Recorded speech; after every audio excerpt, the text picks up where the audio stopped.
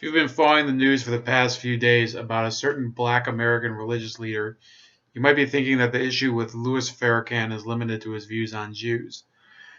While I, as a Jewish person myself, find his opinions on the matter to be wrong, he's remained consistently the same for decades on this, and none of his recent comments are a new discovery. Mr. Farrakhan's latest issue is less a consequence of what he says than it is of who is associating with him. In certain cities like Detroit, Indianapolis, Chicago, and Minneapolis-St. Paul, his followers present a key voting bloc among the Black community, although hard data is not forthcoming. On March 9, 2018, Democratic Congressman Carson admitted publicly to meeting Farrakhan. This comes on the heels of Deputy Chair of the DNC and Minnesota Congressman Keith Ellison being raked over the coals by the Daily Caller for refusing to deny visiting Farrakhan at a Washington, D.C. hotel and two other meetings since 2013. Ellison has been especially sensitive to this criticism because he was forced in 2006 to publicly disavow Farrakhan while first running for a seat in Congress. His denials of continuing associations have earned 4 Pinocchios by the Washington Post's fact-checker Glenn Kessler, who himself is no right-wing blogger. Other members of the Congressional Black Caucus caught up in this scandal are Gregory Meeks of New York, Danny Davis of Illinois, Barbara Lee of California, and James Clyburn of South Carolina, who happens to be the third most senior member of the Democrats in the House of Representatives, as well as Majority Whip. Lee and Meeks have so far denounced Farrakhan's views. While Farrakhan is entitled to his opinions by the First Amendment, the question at hand is whether a Democratic Party that continues to spit criticism of the Trump administration over sexism, homophobia, anti-Semitism, and other forms of racism can stand to have any association with a person like Farrakhan, who has called Judaism a gutter religion, believes that white people were created by a mad scientist 6,000 years ago, and said this about the Chinese. Koreatown? Or Chinatown? Or Greek town? Or Polish town? Or Italian town? These are people that came to America long after we were here. Yeah. You ever see the Chinese picketing?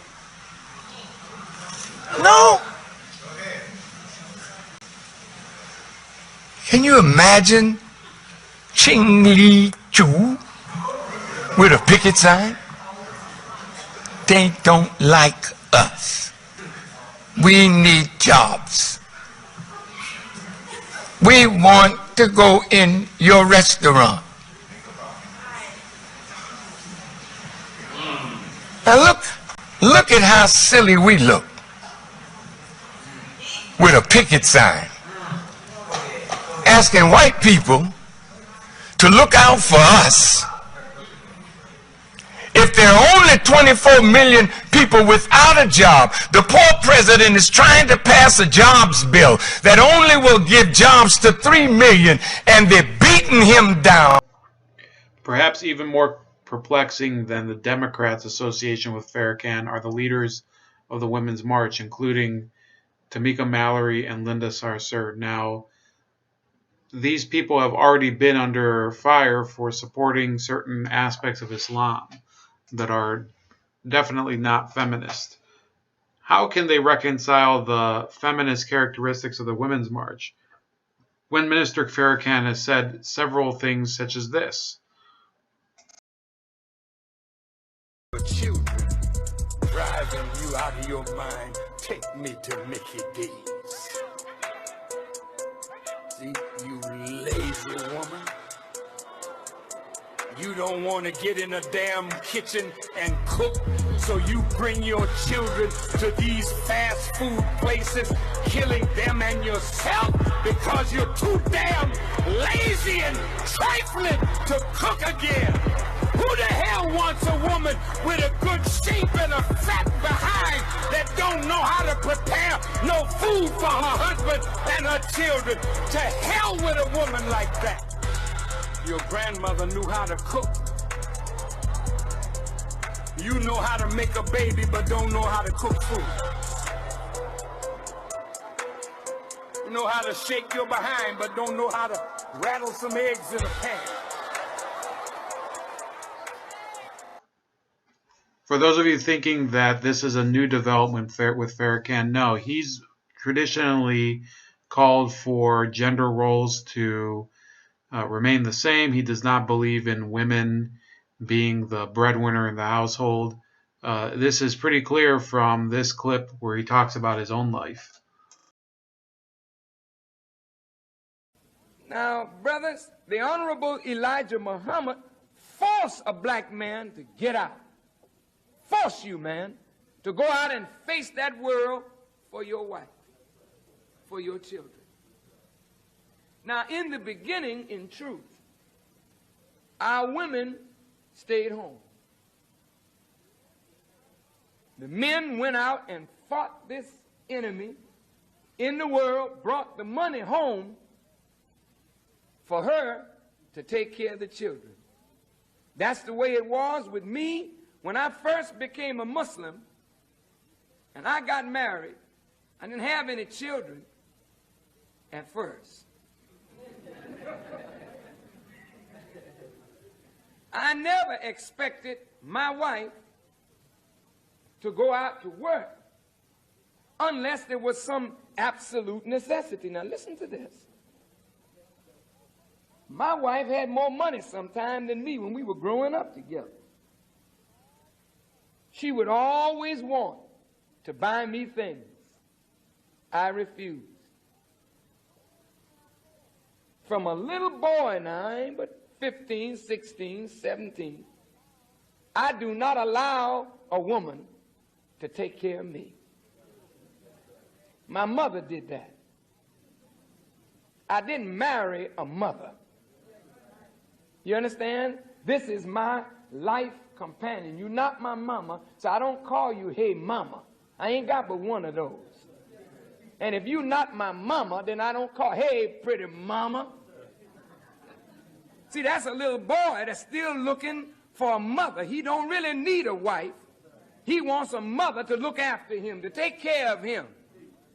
And this is what most of our marriages end up with, a mama. And that's why we use them nasty language, or that nasty language that we use, because the woman has never been treated as an equal sharer in this partnership. She's been treated like she's our mother that has to help to nurture and develop us. Brothers and sisters, the Honorable Elijah Muhammad never liked that. He didn't like that in a man. He never liked no man that couldn't stand up and be a man. See, there really is no excuse, man, in truth. I know it's hard out there, but when you got a wife and you got children, don't talk about it's hard, make a way. Because if you got the will, God will make a way. You will always be able to look after your wife and your children. The Women's March is also full of a lot of activists who call themselves gay rights believers and believers in trans rights. What does Louis Farrakhan have to say about that aspect of society? I look at the freaks in Paris that design women's clothes. Shoot, all the men wearing them now. What you say? Charlemagne. I couldn't put on one of them skinny suits. I said, damn, what is that? It's all up here. The fly that used to be hidden by the length of a coat is all the way up here. Your behind is out as a man. Well, who's spotting that for you? Yeah, it's almost like if they can't kill us, they want to feminize us. Say it again, Charlemagne. That's exactly right. The black male is being feminized. Oh, I got to say one more thing on that. Have you seen these commercials? If you take this this medicine, and you find yourself developing breasts, stop immediately. I think you went too far if you start growing breasts. That's the point. But it's a chemical reaction. Do you know? Look at this, another medicine. They say if you take this and you have suicidal thoughts, stop. You mean a pill with chemistry in it could make me, as a sane man, think insanity to kill myself? Well, what about the rise of homosexuality and lesbianism? Is that a natural phenomenon? Are we born that way? Or is it a chemical reaction that makes us susceptible to ideas like that? We got to think now, because we're dealing with a scientist of evil that is called in the scriptures Satan. And he's working on us, baby. And I'm just saying this on this wonderful TV show. I think if we check what we eat and check the pills that we use, we'll find out that some of us are absolutely being chemicalized as we're being feminized. So what do you think about that? If the Women's March is such an inclusive movement, talking about all the races, all the sexes, all the genders, all the gender identities, all the sexual orientations, how can they continue to have leaders that associate with somebody like Louis Farrakhan, who's very, very traditional in his beliefs? That's putting aside any racial or religious comments that he's made about other races and religions. What about these members of Congress that they're constantly harping on the fact that members of the administration might be racist, or that saying a comment about low IQ might be racist? What do you think about that? Please comment below, like and share this video. Share, share, share. Also, let me know what you think. You can reach me on all my other pages in the description below. And that's all I have to say for today. So have a great Sunday morning, and hope to hear from you.